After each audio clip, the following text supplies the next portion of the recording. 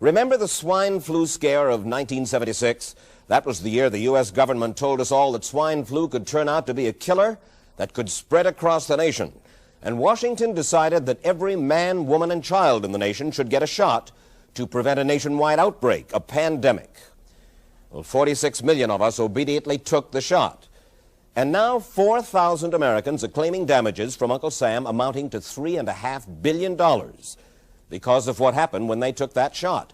By far the greatest number of the claims, 2/3 of them, are for neurological damage or even death, allegedly triggered by the flu shot. We pick up the story back in 1976 when the threat posed by the swine flu virus seemed very real indeed. This virus was the cause of a pandemic in 1918 and 1919 that resulted in over 500,000 deaths in the United States, as well as 20 million deaths around the world. See how easy it is to... Thus, the U.S. government's publicity machine was cranked into action to urge all America to protect itself against the swine flu menace. Influenza is serious business. During major flu epidemics, millions of people are sick and thousands die. Well, this year you can get protection. The vaccines are safe, easy to take, and they can protect you against flu. So roll up your sleeve. Protect yourself. One of those who did roll up her sleeve was Judy Roberts. She was perfectly healthy, an active woman, when in November of 1976, she took her shot. 2 weeks later, she says, she began to feel a numbness starting up her legs. I joked about it at that time. I said, I'll be numb to the knees by Friday if this keeps up. By the following week, I was totally paralyzed. So completely paralyzed, in fact, that they had to operate on her to enable her to breathe. And for 6 months, Judy Roberts was a quadriplegic. The diagnosis? A neurological disorder called Guillain-Barré syndrome, GBS for short. These neurological diseases are little understood. They affect people in different ways. As you can see in these home movies taken by a friend, Judy Roberts' paralysis confined her mostly to a wheelchair for over a year. But this disease can even kill. Indeed, there are 300 claims now pending from the families of GBS victims who died, allegedly as a result of the swine flu shot. In other GBS victims, the crippling effects diminish and all but disappear. But for Judy Roberts, progress back to good health has been painful and partial. Now, I noticed that your smile, Judy, is a little bit constricted. Yes, it is. Is it different from what it used to be? Very different. I have a greatly decreased mobility in my lips. And I can't drink through a straw on the right-hand side. I can't blow out birthday candles. I don't whistle anymore, for which my husband is grateful. It may be a little difficult for you to answer this question, but have you recovered as much as you are going to recover? Yes, this is it. So you will now have a legacy of braces on your legs for the rest of your life? Yes, the weakness in my hands will stay, and the leg braces will stay. So Judy Roberts and her husband have filed a claim against the U.S. government. They're asking $12 million, though they don't expect to get nearly that much. Judy, why did you take the flu shot? I'd never taken any other flu shots, but I felt like this was going to be a major epidemic. And the only way to prevent a major epidemic of a really deadly variety of flu was for everybody to be immunized. Where did this so-called deadly variety of flu, where did it first hit back in 1976? It began right here at Fort Dix in New Jersey in January of that year when a number of recruits began to complain of respiratory ailments, something like the common cold. An Army doctor here sent samples of their throat cultures to the New Jersey Public Health Lab to find out just what kind of bug was going around here. One of those samples was from a Private David Lewis who had left his sickbed to go on a forced march. Private Lewis had collapsed on that march, and his sergeant had revived him by mouth-to-mouth resuscitation. But the sergeant showed no signs of illness. A few days later, Private Lewis died. If this disease is so potentially fatal that it's going to kill a young, healthy man, a middle-aged school teacher doesn't have a prayer. The New Jersey lab identified most of those soldiers' throat cultures as the normal kind of flu virus going around that year, but they could not make out what kind of virus was in the culture from the dead soldier and from 4 others who were sick. So they sent those cultures to the Federal Center for Disease Control in Atlanta, Georgia, for further study. A few days later, they got the verdict: swine flu. But that much publicized outbreak of swine flu at Fort Dix involved only Private Lewis, who died, and those 4 other soldiers who recovered completely without the swine flu shot. If I had known at that time that the boy had been in a sick bed, got up, went out on a forced march, and then collapsed and died, I would never have taken the shot. The rationale for our recommendation was not on the basis of the death of a single individual, but it was on the basis that when we do see a change in the characteristics of the influenza virus, it is a massive public health problem in this country. Dr. David Senser, then head of the CDC, the Center for Disease Control in Atlanta, is now in private industry. He devised the swine flu program, and he pushed it. You began to give flu shots to the American people in October of '76. October 1st. By that time, how many cases of swine flu around the world had been reported? There had been several reported, but none confirmed. There had been cases in Australia that were reported by the press, by the news media. There were cases in... None confirmed. Did you ever uncover any other outbreaks of swine flu anywhere in the world? No. Now, nearly everyone was to receive the shot in a public health facility where a doctor might not be present. Therefore, it was up to the CDC to come up with some kind of official consent form, giving the public all the information it needed about the swine flu shot. This form stated that the swine flu vaccine had been tested. What it didn't say was that after those tests were completed, the scientists developed another vaccine, and that was the one given to most of the 46 million who took the shot. That vaccine was called X53A. Was X53A ever field tested? I can't say. I would have to... It wasn't. I don't know. Well, I would think that you're in charge of the program. I would have to check the records. I haven't looked at this in some time. The information form, the consent form, was also supposed to warn people about any risks of serious complications following the shot. But did it?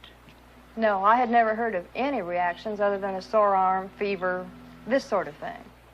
Judy Roberts' husband, Gene, also took the shot. Yes, I looked at that document. I signed it. Nothing on there said I was going to have a heart attack or I get Guillain-Barré, which I never heard of. What if people from the government, from the Center for Disease Control, what if they had indeed known about it? What would be your feeling? They should have told us. Did anyone ever come to you and say, you know something, fellas? There's the possibility of neurological damage if you get into a mass immunization program? No. No one ever did? No. Do you know Michael Hatwick? Yes. Mm-hmm. Dr. Michael Hatwick directed the surveillance team for the swine flu program at the CDC. His job was to find out what possible complications could arise from taking the shot and to report his findings to those in charge. Did you know ahead of time, Dr. Hatwick, that there had been case reports of neurological disorders, neurological illness, apparently associated with the injection of influenza vaccine? Absolutely. You did? Yes. How'd you know that? By review of the literature. So you told your superiors, the men in charge of the swine flu immunization program, about the possibility of neurological disorders? Absolutely.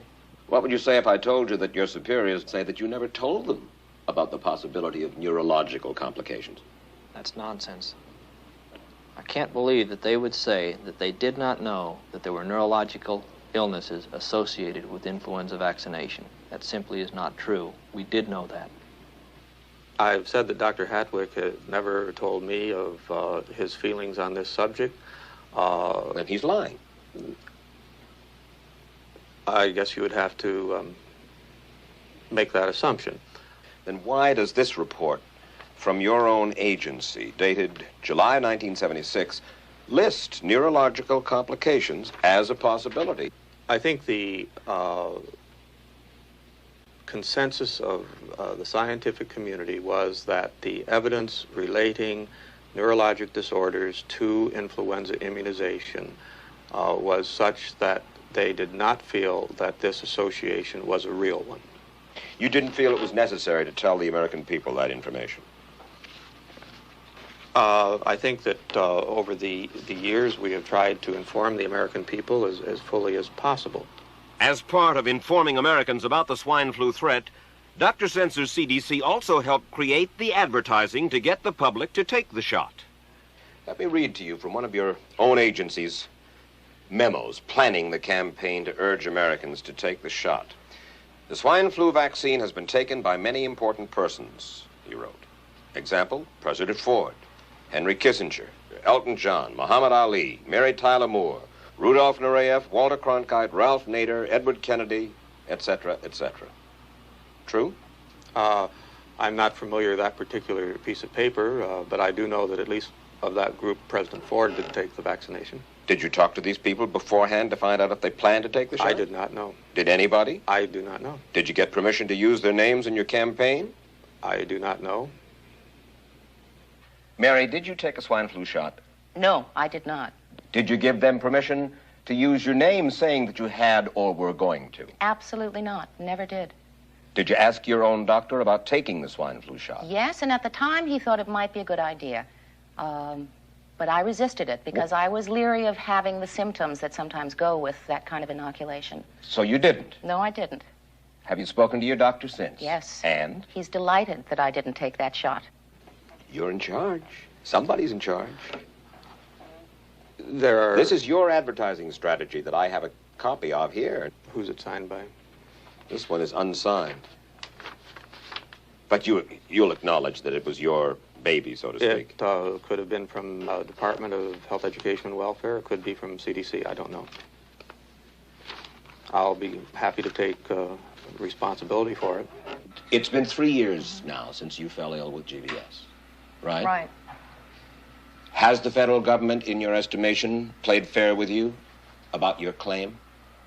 No, I don't think so. It seems to be dragging on and on and on, and really no end in sight that I can see at this point. With respect to the cases of Guillain-Barré, allegedly... Former Secretary of HEW Joseph Califano, too, was disturbed that there was no end in sight. So a year and a half ago, he promised that Uncle Sam would cut the bureaucratic red tape for victims suffering from GBS and would pay up quickly. We shouldn't hold them to an impossible or too difficult standard of proving that they were hurt. Even if we pay a few people a few $1,000s that might not have deserved it, I think justice requires that we promptly pay those people who do deserve it. Who's making the decision to be so hard-nosed about settling? Well, I assume the Justice Department is. Griffin Bell before he left? Well, the Justice Department agreed to the statement I made. It was cleared word for word with the lawyers in the Justice Department by my HEW lawyers. And that statement said, in effect... That statement said that we should pay Guillain-Barré claims without regard to whether the federal government was negligent if they resulted from the swine flu shot. I think the government knows it's wrong. If it drags out long enough, that people will just give up.